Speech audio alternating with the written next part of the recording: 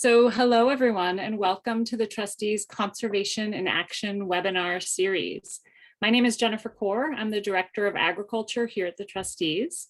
I'd like to thank you all for joining us today, and I hope you're excited to get an in-depth look at how we care for our special places, specifically today, our farms. Each one of our 120 properties has its own unique history and treasures to offer.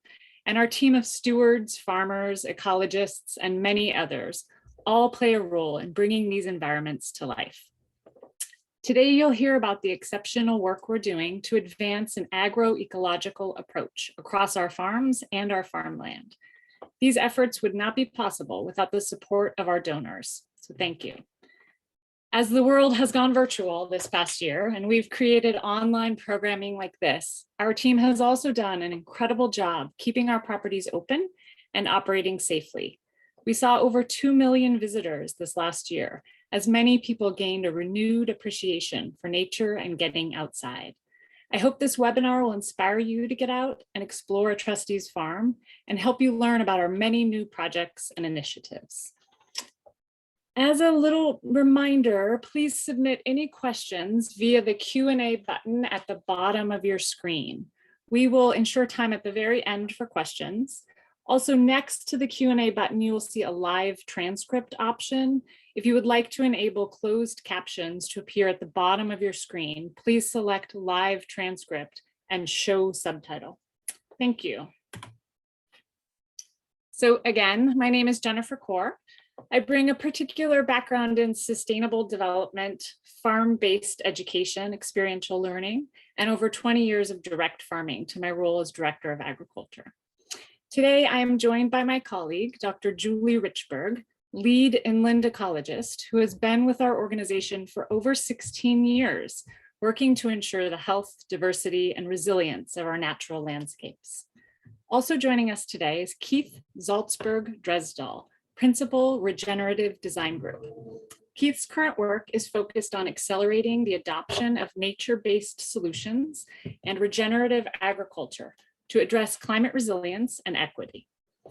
Julie, Keith, and I have had the opportunity to work together over this past year, specifically on a statewide soil assessment project, which you'll hear much more about, but also in puzzling out this question of what an agroecological approach means at a place like the Trustees, and how our positioning as a land resourced organization can contribute practical knowledge of value to producers across the state and the region, particularly in this moment of unprecedented climate change.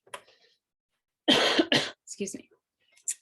As we begin the conversation today, I'd like to start by providing an overview of Trustees farms and farmland as important working land resources. The Trustees has preserved over 12,000 acres of Massachusetts farmland since our founding in 1891. Included in our portfolio are 5 currently active Trustees production farms. Appleton Farm is our largest and most iconic farm property, comprised of almost 1,000 acres in Ipswich and Hamilton. Pictured here is what is known as the Great Pasture, a 130-acre grazing pasture at Appleton. Appleton is one of the oldest continuously operating farms in the US, with an almost 400-year documented history.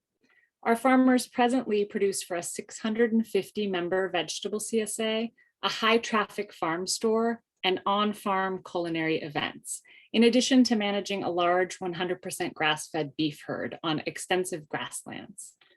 Additionally, we are actively managing Chestnut Hill Farm, the last working farm in Southborough, with a 225-member vegetable CSA, a farm store, and a 100% grass-fed sheep flock. And then there is Weir River Farm, a hillside farm in Hingham, where we raise a small herd of Belted Galway beef and seasonal feeder pigs. Powysset Farm in Dover has a 275-member on-site vegetable CSA, while also growing for our mobile market program. Additionally, Powysset is home to a historic piggery where we continue to breed pigs and raise chickens.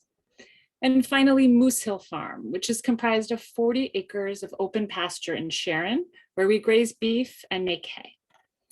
Importantly, as an organization, we also lease additional farmland within our portfolio to individual farmers and agricultural organizations across the state, further contributing to the preservation of the agrarian landscape and the local economy, while also ensuring access to farmland for producers.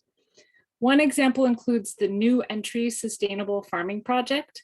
They provide business development training alongside small parcels of tilled land for new farmers. And this happens on a leased portion of the Trustees' Moraine Farm in Beverly. Trustees' production farms and farmland account for thousands of acres across the state. The work that we do in the coming years to really define our farmland management standards and trial new production practices in a changing climate has deeply impactful potential across the entire state of Massachusetts. So I want to ensure that we all share some kind of understanding of what we're talking about when we say agroecology. In doing so, I think it's important to delineate the craft of production farming. So the skill in creating food from the land, the decision-making around practices and problem solving, reading the natural resource really on a daily basis, and then building those resources that support production over time.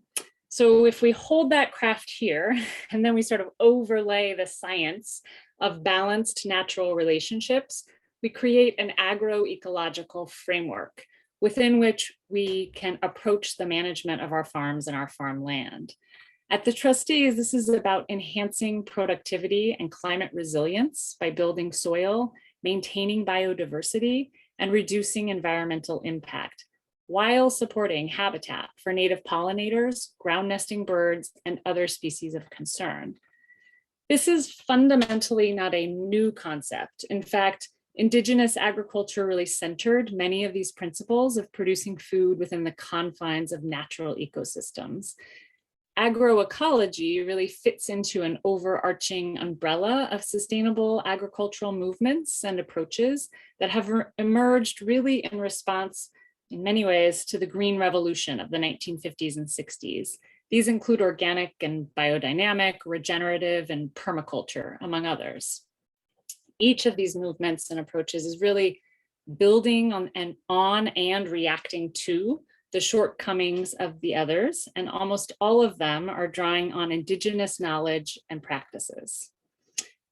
It is also important to note that this is not a radical shift from the way that we already farm at the Trustees, where we serve local markets, we grow certified organic vegetables, and raise animals on permanent pasture through rotation. This is, however, a shift for us in approaching what can otherwise really be competing priorities. In fact, the established norm in this crossover space, really across the country, is to declare acreage, either production farmland or ecological habitat for conservation management. And what we're trying to do is determine where land can be both, and then name and fully understand the functional trade-offs when we must choose one over the other. The objective is to use our farms and farmland to ask and answer agroecological questions and evolve practices and approaches while sharing those findings in real time with the public. So agroecological questions in this context are things such as, is there a way to graze livestock through ground nesting bird habitat without negatively impacting fledgling rates? Might there be a way to provide pollinator habitat at field edges that does not negatively impact hay and forage quality? And what kinds of reduced tillage opportunities might exist for us within our vegetable crop production? We want to know the answers to these types of questions, and we want to invite the public into our learning. The systems and practices employed by farmers anywhere in the world impact the local ecosystem and then collectively the planet. Achieving outcomes is directly correlated to practice choices. On our production farms, we are engaging in a series of intentional practices intended to support soil building, enhance climate resiliency, support increased biodiversity and water quality. But what happens when we ask very specific questions, we tweak our practices, and we collect the resulting data? Do those outcomes change, and do they change in specific and measurable ways? That is the body of work that we are building out within our agroecology initiative, evolving Trustees farms into living laboratories and formally sharing our learning with the folks who visit our farm properties and engage with us through programming and convening. So how does it happen? We are presently completing a statewide soil assessment in partnership with the American Farmland Trust and the Regenerative Design Group. This project includes analysis of soils across our production and satellite farms, along with soil health management recommendations based on those findings. The results of comprehensive lab analysis and in-field assessments provide critical baseline data from which we will now be able to measure change in soil health over time. This is the project that we've been working on with Keith, and he's going to take us even deeper into the information emerging from that work. Next month, we will be welcoming a new agroecologist to our team who will work closely with our production farmers. This role is intended to leverage our land resources in defining on-farm research and relevant trials intended to build new practical knowledge informing climate-smart ag practices. And then this grazing season, so May here in New England, we will begin a multi-year study around grass management practices that support forage quality and yield. This study is intended to capture additional metrics such as important grassland species counts, soil carbon, and water quality. The intention is that this study, along with future studies, will inform a clear set of farmland management standards that we then apply across the breadth of Trustees farmland. We have already begun a farm resource inventory process in which we are pooling important production assets and challenges with specific species of concern data. This is a field by field approach, and it's in an effort to identify areas particularly primed for trial activity or future research. And of course, this work affords us an expanded opportunity to partner with other organizations to more deeply engage our current community of lessees and to share what we're learning with the public. So with that, I'm going to hand it off to Julie, who will talk with us about grassland habitats tied to farmland management. Thanks. Thank you, Jen. What a great introduction to our agroecology process and looking at that. I wanted to take just a few moments today to talk about grassland and fields as habitats for our native biodiversity. Go ahead to the next slide. So across all of our properties statewide, we have about 3,000 acres of what we can consider grassland or field habitats. And those range from old fields that are just being maintained as open, that are just a few acres, to something like the Great Pasture, which is 130 acres of grazing land and habitat. And there's a variety of different grassland types when we're talking about them. Could be a wet meadow, like this beautiful wet meadow at Appleton Farm in the background. Sand plain grasslands, which is one of our native grassland habitats. Abandoned fields, hay fields, pastures, whether we're managing them within our farms or working with neighboring farmers to support that. Go ahead to the next slide. And these field habitats, why do we care about them ecologically for native biodiversity? These open habitats are regionally declining throughout the Northeast. And they support more than 70 species, some of which are on this slide, of greatest conservation need in Massachusetts. These are species identified by Mass Wildlife and the State Wildlife Action Plan as species that are really dependent on these grassland habitats and open habitats. Bobolinks are a great example of that. They provide pollinator habitat. You may have heard about insect decline. We really need habitats to support our insects, not just floral resources, but nesting areas and other needs for these insect species. And then we're also looking at some of our open habitats are supporting native rare species and even native rare habitats like sandplain grassland, one of our natural systems maintained by salt spray.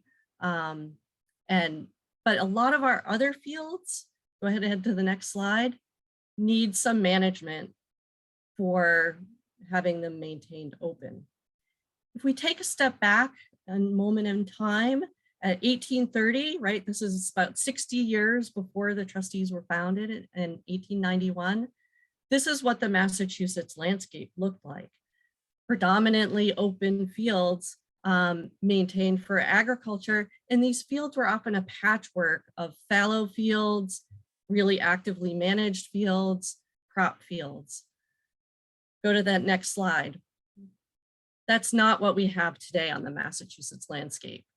So the species that were occurring in 1830 across these vast areas of open grasslands are now kind of lost in these patches of forest with small patches of grassland. You can see this view from Peaked Mountain looking down, you can see some grassland there.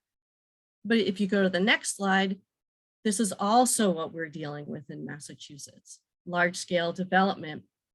So the species that are really requiring grasslands as habitat have a hard time finding places to live and make their livelihoods. Go ahead to the next slide. Grassland birds are an example of species that are dependent on grassland habitats. So these birds, like bobolinks, savanna sparrows, meadowlarks, nest on the ground. If you see in the little inset in this slide is actually a bobolink nest. Very cryptic, very hard to see within the grass. And they need a certain expanse. The different species of these grasslands birds need a different expanse of how many acres of open land. Bobolinks can survive in 5 to 10 acre fields. Meadowlarks need 100 or more acres of contiguous field. And they need these fields for protection from predators, for raising their young, for food resources, accessing insects. And if any of you have a chance to get out and hear bobolinks, they just have this beautiful bell-like sound, or some people say it sounds like R2-D2 if you're a Star Wars fan. Go ahead to the next slide. So as the landscape has changed over time, bird species have had some severe declines. So just a couple things to point out on this graph. It's looking over basically the last 50 years, 40 years, looking at these habitat types, wetland habitats, forests, arid lands, and grasslands. This is looking broadly across the country. And you can see that grasslands, and these are percent change in bird populations, the grassland birds have been particularly hard hit. Some of that is from changes in forest cover, you know, the forest coming back after that 1830 period. But some of it is also changes in agriculture, development, and other impacts to these open habitats. This is what we really need to focus on as from the ecology side of our house, is thinking, how do we manage these habitats to support these birds? And then of course, all the species that also are using these habitats as well, not just grassland birds, pollinators, plants, and others. In Massachusetts, if we don't manage our grassland habitats, we're gonna have forest. Here's a view of Field Farm that has recently been hayed. That's Mount Greylock in the background. And so agriculture and kind of cultural management of these habitats support habitat as well as agriculture, as well as the scenic value. But it also depends on when and what management is being done. So if you have grasslands with bobolinks in them, and they have those almost imperceptibly hard to find nests, and you mow it for hay when there are still eggs or chicks in those nests, that's not going to be good for that grassland bird population. But we can mow at other times and still achieve a benefit to both hay and the grassland birds. Next slide. There are other ways that we can manage grassland habitat, and that may be leaving edges unmowed for a period of time, or whole fields unmowed for a period of time to support diversity of insects, pollinators, plants, other wildlife. Next slide. And I'll just end with this.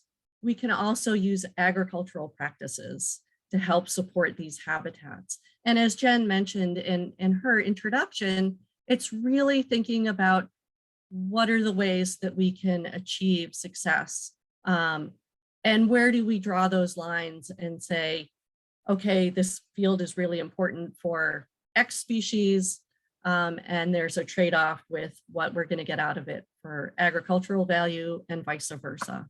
And so I think as we are embarking on our soil health and agroecology program, this is the exciting part. Where can we kind of marry these two interests to the benefit for the trustees and habitat across the state? And I believe that is my last slide. Thank you. Thank you so much, Julie. And thank you for having me here today and for inviting me to talk more about some of the details of agroecology and how we can use this for multiple outcomes on the farms of the trustees. Next, please. As Jennifer mentioned, I work with Regenerative Design Group, and our firm is a fairly unique one that really looks at ways of leveraging nature-based solutions for climate change, but with many of those solutions drawing from agriculture and being implemented within a framework of agriculture, so that we're trying to use farms as nature-based solutions to intense flooding, to food access issues, and even like climate mitigation forces such as carbon drawdown. Next.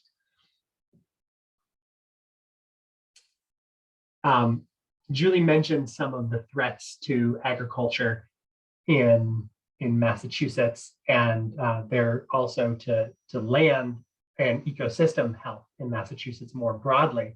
But a lot of our work at Regenerative Design Group has focused on agriculture as a key component of responding to development patterns and pressures that are degrading soil health and ecosystem health more generally, helping farmers think about and evolve their practice to contribute to functional ecosystems, and changing the way land use patterns are laid on the land to help build resistance to and resilience to big storm events like Hurricane Irene that we see dumping a plume of largely farmland soil into Long Island Sound.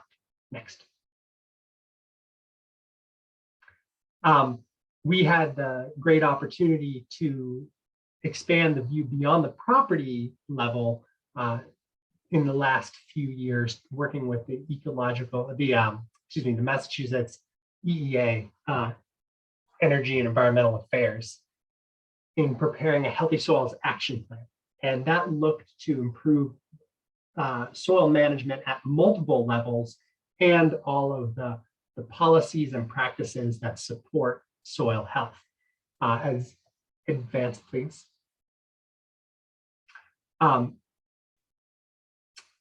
One of the key takeaways from the Healthy Soils Action Plan was recognizing the need for individual entities and institutions like the trustees to take on these practices and approaches at the property scale. And we were very excited to begin the soil health assessment that was already mentioned with the trustees in the fall of this year, and have been working with the American Farmland Trust, led by Kara Roselle and Emily Cole, who led the sampling and training of trustees team members in field-based soil assessment and sampling protocols for individual fields. Next.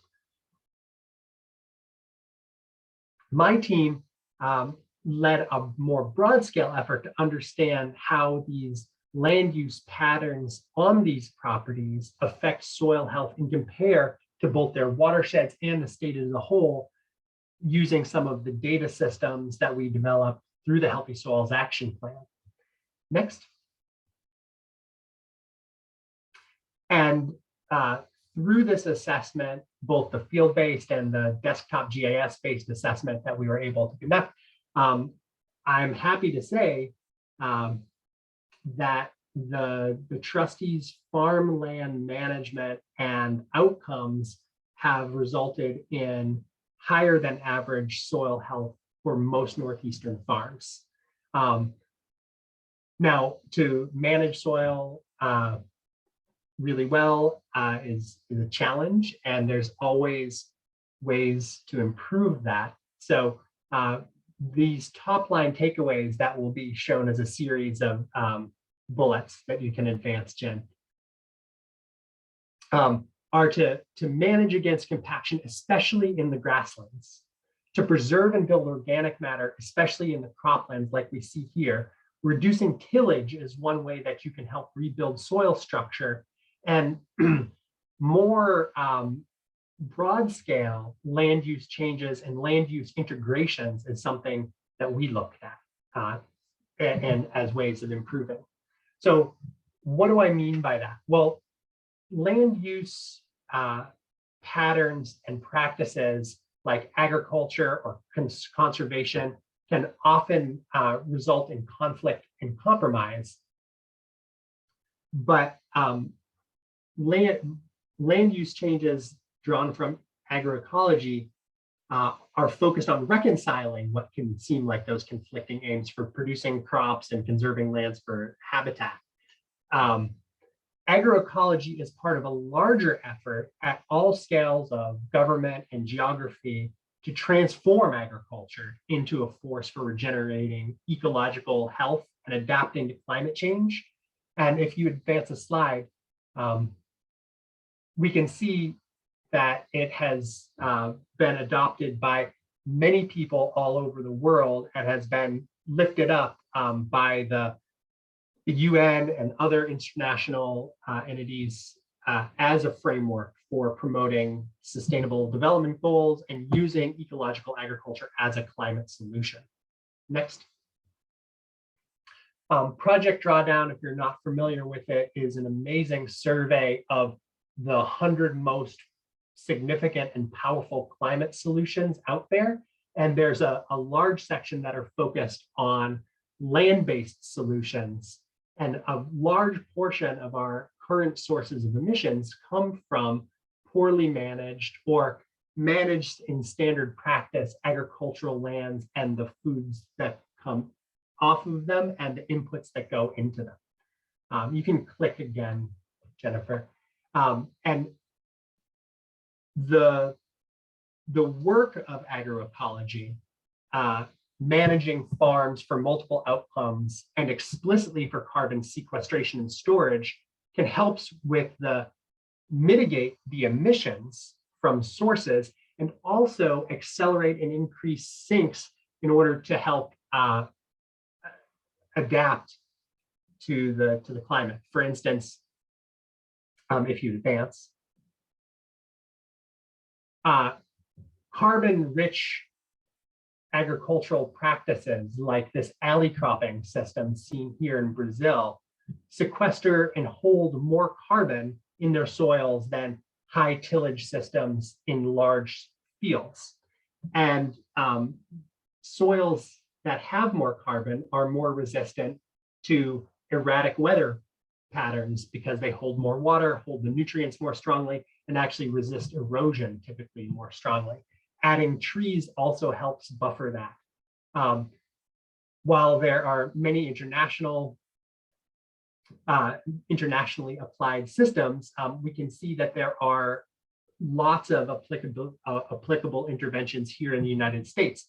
The example of alley cropping that we were just looking at is being adopted on a more wide scale in the Midwest and to a more limited extent here in the Northeast, and can help in areas that are subject to strong winds and can create shelter for grazing. So it requires a significant transition to implement a lot of the agroecological patterns that do exist. However, there are opportunities embedded in each of those transitions. Some of them, if you advance, are relatively simple from a technical level, but really complex from a management level. This is an example of pasture cropping, where you actually seed in either crops or cold season grasses into warm season pastures or haylands to help double crop essentially and build some of the soil health. This is widely adopted in Australia, and again, being more adopted here in the United States. But the sophistication of management is quite high. Advance, please. This is also true of intensive rotational grazing, which many of you are probably familiar with as an important climate solution for banking more carbon and increasing stocking densities of cattle on the land and improving soil in the meantime. But again, it requires more sophisticated management and thought across time. So silvopasture grazing cattle under trees means that you need to have the tree species selected correctly, the density of plantings correct, and are moving the cattle or other animals at the right rate in order to harvest the benefit from the grass without damaging the trees. Next.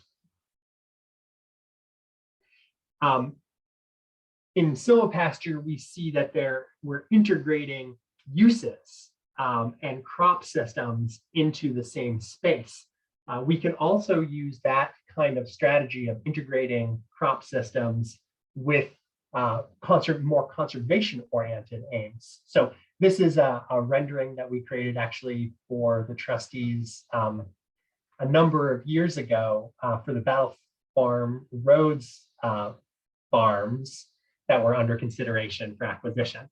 And there was a lot of wetlands there. And one of the ideas that was discussed was using perennial crops as productive buffers to both protect the agricultural lands from erosion and the wetlands from nutrient impacts from the adjacent croplands. Next. Now, again, a lot of this work is about reconciling what feels like conflicting goals. And when we started the soil health assessment with the trustees, we were told that supporting local agriculture, next, supporting biodiversity, next, and increasing and protecting soil carbon were three of the big goals on the farms. And as I mentioned, the practice that the trustees are already employing is fairly sophisticated in integrating a lot of these multiple yields, like Julie was describing, and by integrating different types of uses in the same land. We can actually see that next. If we look at Chestnut Hill Farm, this farm, as many of you likely know, is a gorgeous grass farm.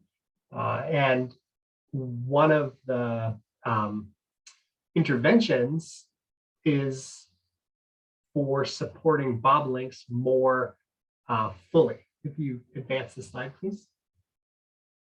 So we can see here there's some fields that were identified And you can see those outlined in orange, and our sampling areas outlined in red with the little yellow stars indicate where we actually sampled the soil health itself, and came away with the indications that in general, these fields are in pretty good shape. However, from a soil health perspective, next please. And this is just a land cover analysis. You can see the fields. Oops, back.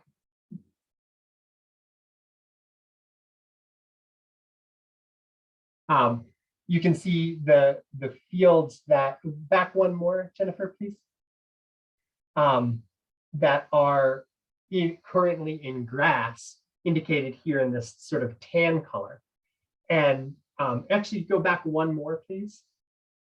And you can see that gray strip between these two fields is actually a patch of forest along a stone wall. And Julie shared with me that they're already considering opening that up in order to support more bobolink habitat on Chestnut Hill Farm. You can see currently the estimated habitat for bobolinks based on just a simple number game is circled in the bottom left-hand corner with a dotted line. Next, please. But if you were to go ahead and clear that forest, next, the available habitat, preferable habitat for bobolinks and other grassland nesting birds would increase significantly and could be done in a way that wouldn't necessarily impact the agricultural production of the farm itself. The question that we're left with is, how does this impact the larger ecological function and habitat beyond the grassland nesting birds? And whenever we're making these agroecological decisions, we're always preferencing one set of client species or yields or outcomes above some others. And so because, you know, Massachusetts, as Julie so beautifully described, is becoming a much more forested state, these grassland nesting birds are being preferenced here. Next. And at Powysset, the outcomes and practices that support or conflict with those were different. Powysset is a mix of forest, grasslands, and croplands.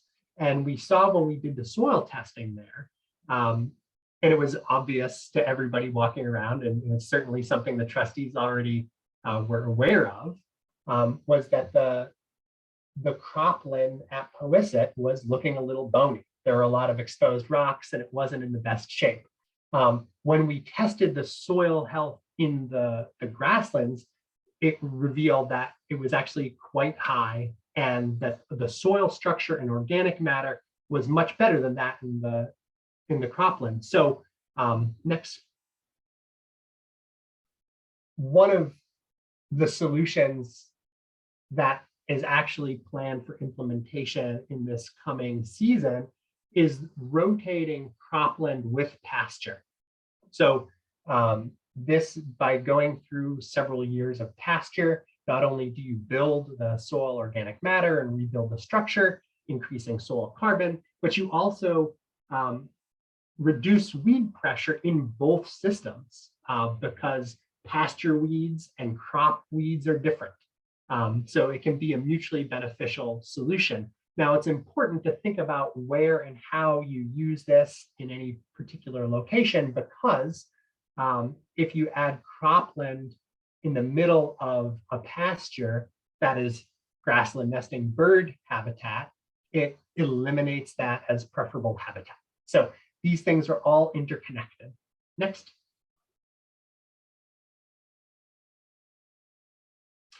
And Appleton Farms is a much larger property than either of the two that we've looked at, and much more spatially and use-wise complex. As you know, there are many different things that happen there, from vegetable production to the grass fed beef herd that Jennifer was describing. And It has a lot of different habitats, both agricultural habitats and more wild habitats, and a long history of different types of uses. Next. One of the places that that really jumped out to me when we were thinking about the farm and how land use could affect the health of soils on the farm and how those would contribute to the function of the watershed and in kind of larger ecosystems was Broadmeadow, which is sort of seen centered here. It's a 38-acre field that was historically drained about 100 years ago following World War I. Next. This field, based on these predicted soil carbon values, which are drawn from the work we did with the Healthy Soils Action Plan and building on the work of the NRCS and the rapid carbon assessment supported by the NRCS, show that these fields currently have medium to high soil carbon values. Next. But we know that wetlands as a land class support the highest density of soil carbon in the temperate zone, and generally speaking globally. And that's because of their chemical and physical properties. The soil carbon accumulates, but then doesn't tend to break down because it's saturated. So it can build up more rapidly and for a much longer period before reaching soil carbon saturation. So when drained, these fields increased in agricultural productivity, but the carbon values that we saw on the previous slide are actually below what they could be if they were in a more natural wetland condition, like we see the fields to the south. The hatching on top shows a couple of different classes of wetlands based on Department of Environmental Protection mapping. Next. And one more, please. So the drainage for this field was an incredible investment of human ambition and technical prowess and energy, and has served to help provide hay and grassland bird habitat at Appleton for over 100 years. And that's valuable and important.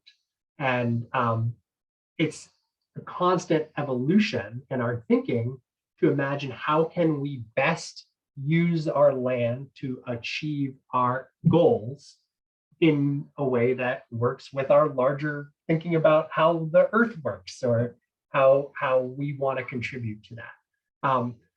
So one of the potential futures of this field is to restore these drainage structures in order to make it more suitable for hay production. Again, any drainage structure over time fills in and becomes less effective.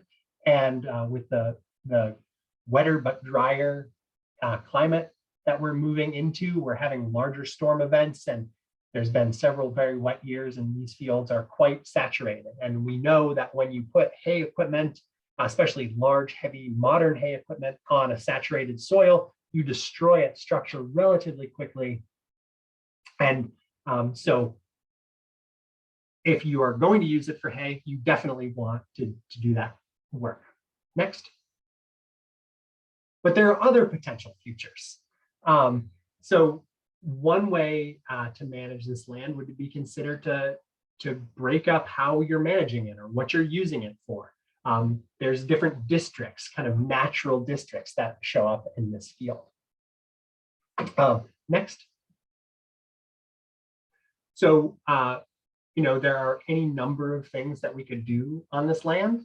But one possibility would be integrating a blueberry crop into the more accessible portions and replacing that hayland. And measured simply in dollar value, replacing 38 acres of hay could easily be accomplished with just over an acre of blueberries, leaving a whole bunch of land to be restored to wetlands or managed more fully as grassland bird habitat. However, implementing changes like this is really challenging, to be sure, and it often requires different equipment, shifts in staffing, processing, and requires an outlay of cash to buy in hay if you're keeping the herd the same size, for instance. But it also provides different opportunities and values. Next. When thinking about significant practice changes and management patterns on land, you can, again, measure in simply dollar values, and blueberries, achieving $7,600 is definitely better than the, 200 some dollars that you would get from an acre of hay. Next, please. But there are other things to consider. And when we're thinking about these changes, making goals and yields more explicit and inclusive can help see some of those trade-offs and balance the outcomes more conscientiously. This graph charts the impact of 3 possible management scenarios against the 3 core goals that we already talked about, and some other goals that I heard expressed over the course of the soil health assessment. And while this chart is imprecise at some level, a visualization like this can help reveal, in general, if a single scenario or hybrid is the best fit for the many aims that the trustees or any farmer might have.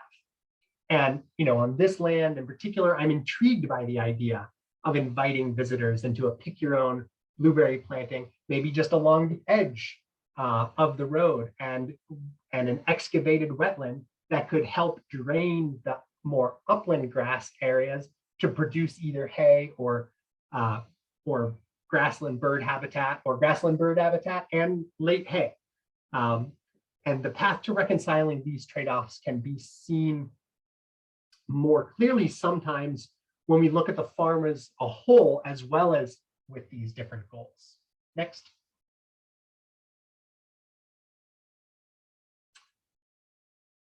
So, for instance, when considering where to find more grass to replace lost hay production from broadmeadow, we can look to other areas at Appleton. There's a pine planting that's pictured in yellow that was probably planted in the 1920s or 30s. And from my visit that I conducted in the fall, it's a very impoverished understory, basically large trees over relatively bare ground. By opening this canopy up, seeding it, and then grazing animals through it in a form of silvopasture, you could convert this low quality forest edge, and that would allow other pasture areas to potentially be managed as hay without negatively impacting the habitat value for grassland nesting birds or the total hay production at Appleton. Is this possible? I'm not sure. There's a lot of things to consider, but it's all based on part of the unique position that the trustees have in general, and at Appleton more specifically, in being quite having an abundance of land to consider these changes around. Not every farmer can make those trade-offs. Jennifer?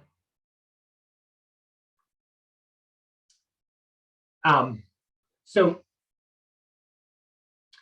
as I mentioned at the very beginning, the work that you're considering and already implementing at the trustees is part of a larger effort. And agroecology relies on different categories of actions that are applied at different scale across the landscape and at different costs. So improving the way we manage lands by improving practices can be conducted on all land that's currently managed, and it's relatively inexpensive. There's targeted protection that can be done on more vulnerable and significant lands to protect the functions that are being provided, and restoration, which is most expensive and requires the most amount of change, like we were just talking about for a small wetland replication at Broadmeadow, can be applied on a smaller scale. Next.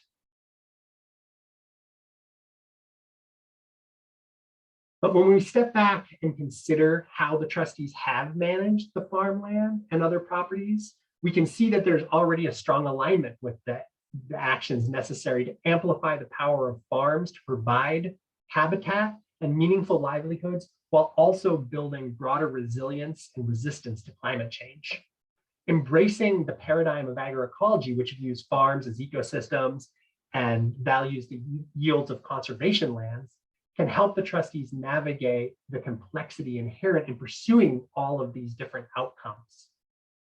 And it's worth noting that the trustees are in a unique position, like I talked about with the abundance of land, but also with their position within the social ecosystem. And you can take risks that other family farms and production farms can't.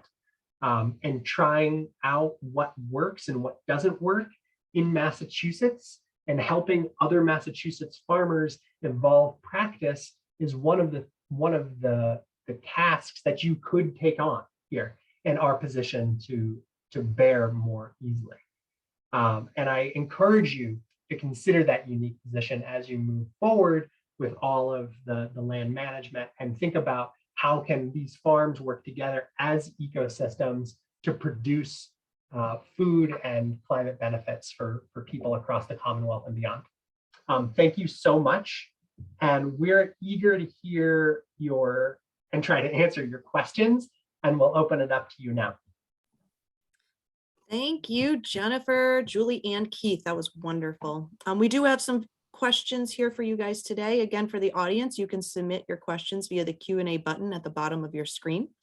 So to start, I'm amazed to hear about the productive farms. Who benefits either from research knowledge or the production? Yeah, I mean, I'll try and take this on, and then Julie, you and Keith pop in as well. I think in many ways, Keith was actually just alluding to this in his last comments. I think when we consider the trustees are positioning as, again, a land resourced organization, our production farms mirror those of other family farms in Massachusetts and across New England in scale, in type, etc., in many ways in practice. And so when we utilize sort of our ability to try new things in low risk ways, but risks that even as a low risk might not be available across the board, then we're able to capture information, and then that information is valuable to producers across the region in a way that they just can't do themselves. So there is this, we benefit from it in the sense that we're a production farm and we also want to know the answers to these questions, but that authenticity positions us to make the research actually interesting and relevant to our peers across the region. So I think it's a sort of mutually beneficial component to the work. And I think, and maybe Julie wants to speak to this a little bit more as well, but I also think that there's an entire conservation community that shares a curiosity with us around how do you do both of these things, right? Because this overlap exists in more places than just at the trustees. Yeah, I would just echo that, there's a lot of fields and farmland out there across the state that we're trying to manage for kind of these multiple benefits. And whether you're another land trust or a conservation-minded landowner or a farmer, we can all benefit from getting this knowledge out there. And the only thing I would add to that is the fact that the Healthy Soils Action Plan noted that the institutions that used to provide this kind of experimental work and transmission of knowledge have largely been unfunded for the last 30 years, especially in Massachusetts. Their extension, for instance, is not being funded at the levels it once was. And so there's a big gap in that work, and you can provide you can fill some of that gap.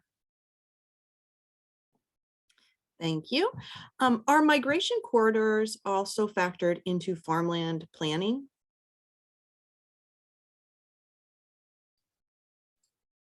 I'm going to let Julie take this on in many ways, except for to add that we're talking about flexibility. We're talking about concepts like land swapping, right? Rotating crop production with grassland management space. And while we do have some of that flexibility, these things don't happen really rapidly. And so farm management planning is, farming is like a 1-point thing, right? So farm management planning is a really kind of deep time concept to a certain extent, in that we have to make investments now that we can start to measure in years in the future. So we are limited in how we can observe and then make changes on the ground in some ways. But I'm going to have Julie talk a little bit more about the migration, bird migration. Yeah, I think all of our farms, all of our actively managed farms are part of a property that includes more than just the grassland habitats. So they include the forests, they include wetlands, there's really a matrix and often connected to other conservation land.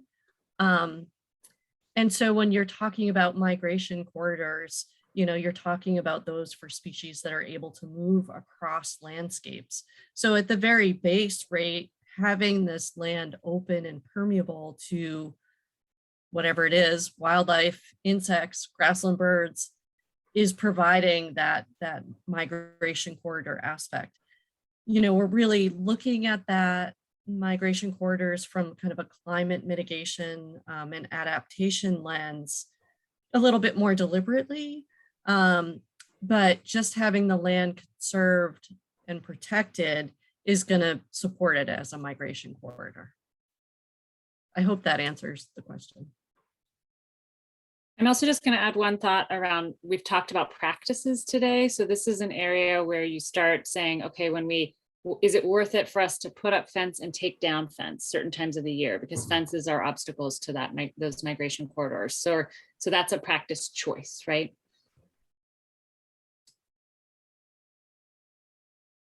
Thank you all. And one other question here. How do grasslands compare to forests or salt marshes as a tool for carbon sequestration?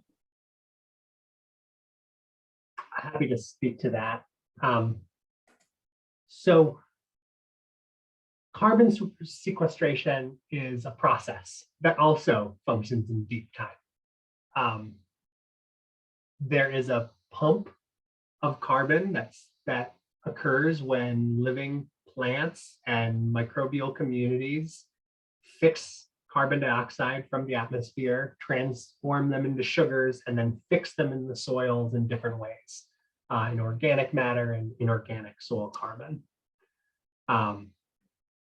From simply soil organic carbon perspective, the current stocks of forests in Massachusetts is averaged to be about 87 tons per acre.